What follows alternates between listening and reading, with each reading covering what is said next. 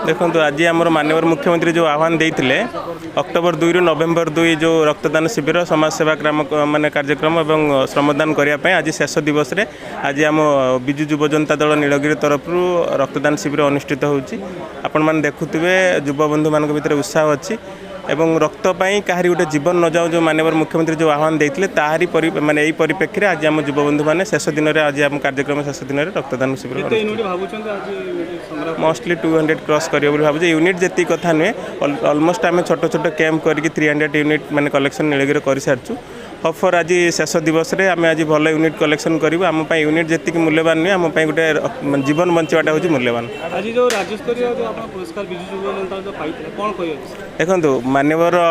मुख्यमंत्री आह्वान रे आम विजु युव जनता दल मोर 1 वर्ष पूर्ति होना आम 1 नंबर होइचु एवं जो पुरीर समावेश आमको सम्मानित कराइला। सबुठ बड़ कथा है 1 नंबर 2 नंबर कथा नहीं मुझे कथा बारंबार आपको कहूँ जे गोटे जीवन बंचा सबुठ बड़ कथा आपड़ जानी खुशी हे नीलगिरी निर्वाचन मंडल एम्स हो एससीबी हो कैपिटल हॉस्पिटल जिते भी पेसेंट पड़ुंट समस्त आम जो ओडिशा मो परिवार जीवन बिंदु आनुकूल्य जो हेल्प डेस्क अच्छी से हेल्प डेस्क सब बंधु मैंने आम भाई मानक जहाँ भी रक्तर आवश्यकता पड़े समस्त को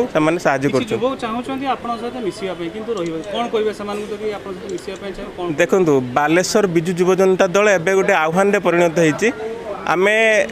राजनीतिक कार्यक्रम कम समाज सेवा को अधिका माने गुरुत्व दौर जार माने परिप्रेक्षी आप आज देखुए ये आज युवा बंधु मैंने केते उत्साहित अच्छा एवं आगामी दिन में कार्यक्रम आगू को जारी रहा जो युवा बंधु मैंने चाहते आम सहित जोड़ापी से निश्चित भाव को स्वागत करा रक्तदान शिविर अनुष्ठित आमर मुख्यमंत्री आह्वान क्रमे जे नवेम्बर 2 पर्यंत अक्टोबर 2 रु नवेम्बर 2 पर्यंत जे सेवा सप्ताह चलता आज से सेवा सप्ताह अंत घटी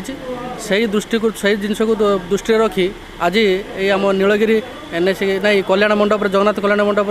गोटे ब्लड कैंप अनुष्ठित होची आम जे रोगी मान रक्त जे अभाव अच्छी दूर करने आम या प्रयास करूँ। आगामी दिन में भी एमती रक्तदान कार्यक्रम चली रही।